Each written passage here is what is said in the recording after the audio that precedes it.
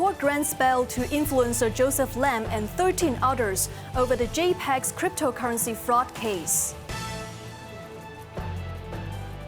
2 persons are wanted by ICAC in a $3 million insurance commissions fraud case involving a police sergeant. And the Philippines declared state of emergency after Typhoon Kalmaegi kills at least 114 people.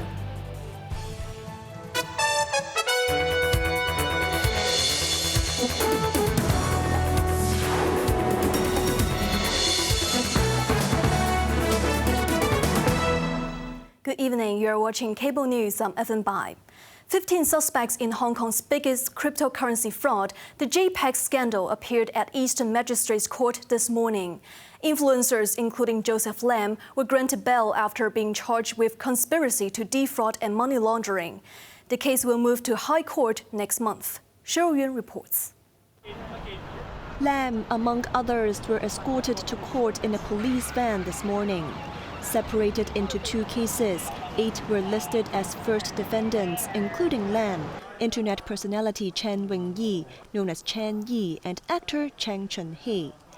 Lam was charged with fraudulently or recklessly inducing others to invest in virtual assets, as he was accused of falsely claiming he had withdrawn funds from JPEX and possessed exclusive platform information unavailable to the public. Chen was charged for falsely claiming JPEX was applying for a Hong Kong license, inducing victims to buy, sell, or underwrite virtual assets on the platform where she profited out of others losing money. Lam and Chen were granted cash bail of $300,000 and ordered not to leave Hong Kong. Cheng, meanwhile, was denied bail and was remanded in custody.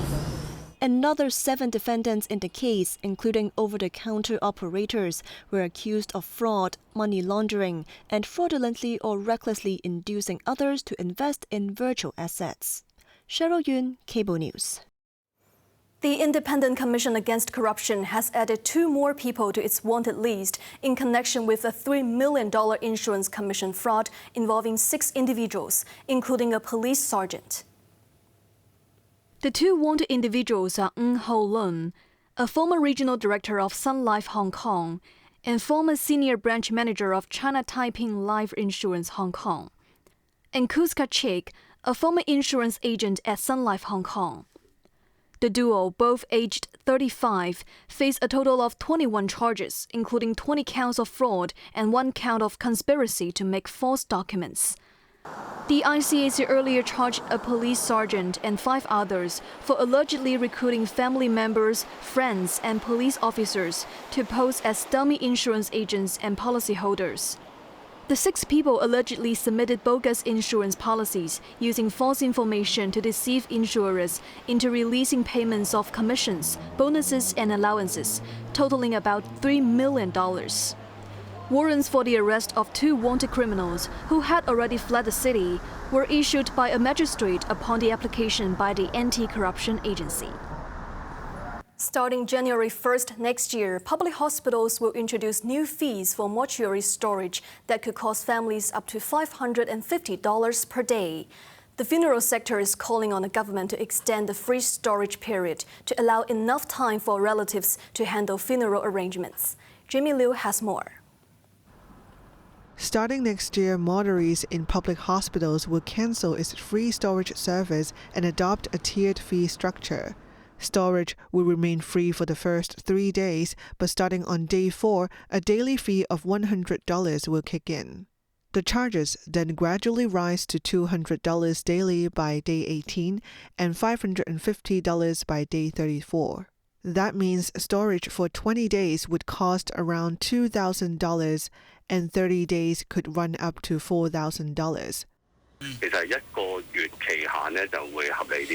On a radio program, Funeral Business Association head Cheng Chi-kit said the free period should last around a month while still being able to prevent abuse. He said with government paperwork taking up to 5 days and public cremation slots guaranteed within 15 days, storage typically lasts 20 days. Funeral director Ogden Chen noted that post-death arrangements often take longer due to religious rites and overseas funeral attendees. He also expressed concerns that the incremental fee structure for mortuary storage could aggravate anxiety of bereaved families. The hospital authority said fees were set based on hospital operations and market rates, and deceased patients receiving social assistance or elderly allowance and other special cases will be exempt. Jamie Liu, Cable News. A local primary school's decision to let students use Simplified Chinese in exams has sparked controversy, with parents arguing it disadvantages locals. The Education Bureau says schools may decide for themselves, but Hong Kong's official medium of instruction remains traditional Chinese. Cheryl Yun has more details. Sha Tin Government Primary School issued a notice to parents on Monday, saying students may now take exams and tests in simplified Chinese characters. The school called it a friendlier assessment environment for mainland pupils. One parent slammed the move as rushed and unfair. During a test, kids are competing. If some write simplified characters, they finish faster and have more time. It is unfair to everyone else writing traditional characters, said a parent surnamed Zhang. Chu Wai Lam, chairperson of the New Territory School Heads Association, stressed that traditional Chinese is the core language in Hong Kong classrooms. He suggested a 2 to 3 month buffer for mainland students to adapt. If they haven't learned traditional characters yet, don't deduct marks at first. But after that, answers in traditional Chinese must be mandatory, he added. The Education Bureau responded that while schools may allow simplified Chinese in exams depending on their own teaching context, any policy change requires full consultation and clear explanations to parents. Cheryl Yun, Cable News. A city court acquitted former lawmaker Lam Chek-ting of 2 charges related to assaults and obstructing or molesting lawmakers arising from a chamber scuffle over the Fugitive Offenders Bill in 2019. Lam, 48, who is currently serving his sentence for conspiracy to commit subversion under the national security law and a separate Yuen Long riot case, was escorted to the West Kowloon Magistrates Courts this morning. On May 11, 2019, scuffles erupted in the legislature between pro-democracy lawmakers and those loyal to Beijing over the controversial bill. The prosecution argued that Lam attempted to obstruct pro-Beijing lawmaker Abraham Sheik for presiding over the meeting, hindering fellow lawmakers Ben Chen and Holden Chow in fulfilling their duties. Magistrate Andy Jane said both Chen and Chow could not clearly see Lam's actions towards Sheik or hear their conversation, making their testimony unreliable. Jing also accepted Sheik's statement that Lam did not put forth his strength to touch him, but rather asked Sheik if he was okay, given the insufficient evidence to prove that Lam had assaulted, obstructed or molested the lawmakers. The magistrate found Lam not guilty of both charges. The National Games opening ceremony is only days away and races are already underway. While athletes chase medals, Hong Kong's shopping malls are chasing shoppers, turning atriums into cheer zones to cash in on sporting mega events. Cheryl Yun reports. As Hong Kong co-hosts the Games for the first time, local malls refuse to sit on the sidelines. This shopping mall in Kwun Tong is gearing up for a surge in visitors. In addition to the iconic giant screen displaying highlights of athletes' triumphs, a raft of new incentives is in place. Shops are rolling out their own discounts, and we are adding free shuttle buses from Kai Tak Cruise Terminal straight to the mall, said Feng Wenyan, assistant leasing manager of Sun Hung Kai Real Estate. Showing a National Games ticket at the mall concierge will also get you a gift pack, she added. This shopping mall in Tai Kok Tsui has installed interactive walls to let visitors experience the thrill of sports and show support. A mini basketball court keeps toddlers busy while parents scroll the big screen for live scores. Bella Chua, director of asset management at Sino Group, expects the real windfall to come after dusk. She said that with no time difference with mainland venues, prime-time matches finish just when people are hungry, which could drive up catering, dining and leisure spending.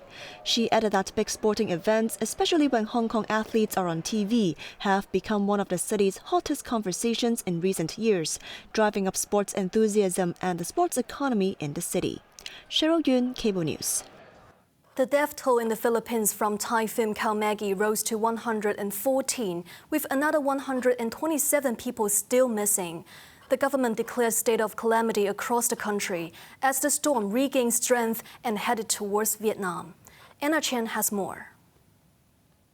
Typhoon Kalmaegi left a trail of death and devastation as it tore through the central Philippines this week, reducing entire neighborhoods to rubble and displacing tens of thousands of people, most in Cebu province, a tourist hotspot.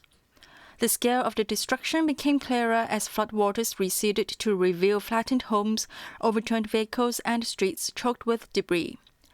The storm was the deadliest typhoon to hit the country this year. The deaths were mostly from drowning in flash floods.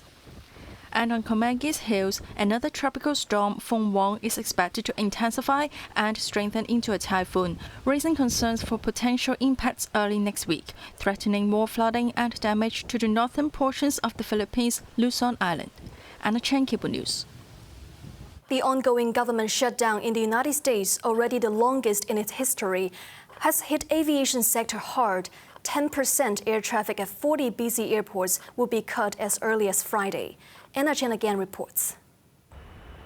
Since the U.S. government shutdown began more than a month ago, over 3.2 million passengers have been affected. Their flight's already delayed. It's a delay. Their traffic control slowdown. The shutdown, triggered by a congressional budget battle centered around healthcare subsidies, has left nearly 13,000 air traffic controllers working without pay. Another 50,000 security officers are also working without paychecks. Many controllers are calling in sick in protest or taking second jobs just to survive. Citing air traffic control safety concerns, the Federal Aviation Administration will reduce flights at dozens of major airports as early as Friday if no shutdown deal is reached. This is proactive.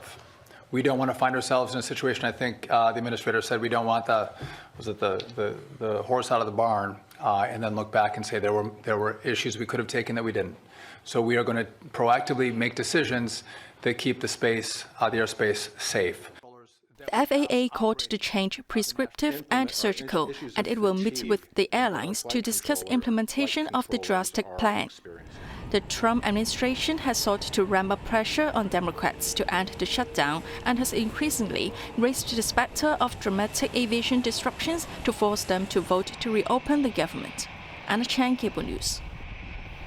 France said it is taking steps to suspend fast fashion retailer Shein's online platform after childlike sex dolls and weapons were found being sold on its website. The latest scandal has further inflamed the controversy surrounding the Chinese-founded brand's opening of its first physical store in Paris. Jamie Liu tells us more. Long lines of shoppers formed outside Shein's first boutique in department store BHV in Paris on its opening day. But the debut was met with protesters, including child protection advocates, who shouted "Shame on you." Some even took the protest inside the shop, who were later escorted out by security. Over the weekend, France's consumer watchdog accused Shein and several other e-commerce platforms of selling childlike sex dolls and referred the case to public prosecutors. And right before the physical launch, the finance ministry said it found the sales of banned weapons on Shein's website.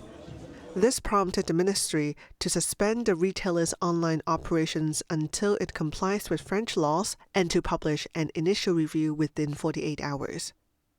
In response, Shein promised to cooperate fully with Paris prosecutors. The retailer said it has taken down the listings in question, banned the sales of sex dolls, and tightened rules related to third-party sellers. Shein's arrival in BHV has already drawn criticisms that the ultra-fast fashion giant would undermine Paris's reputation for haute couture and exclusive design. Jamie Liu, Cable News.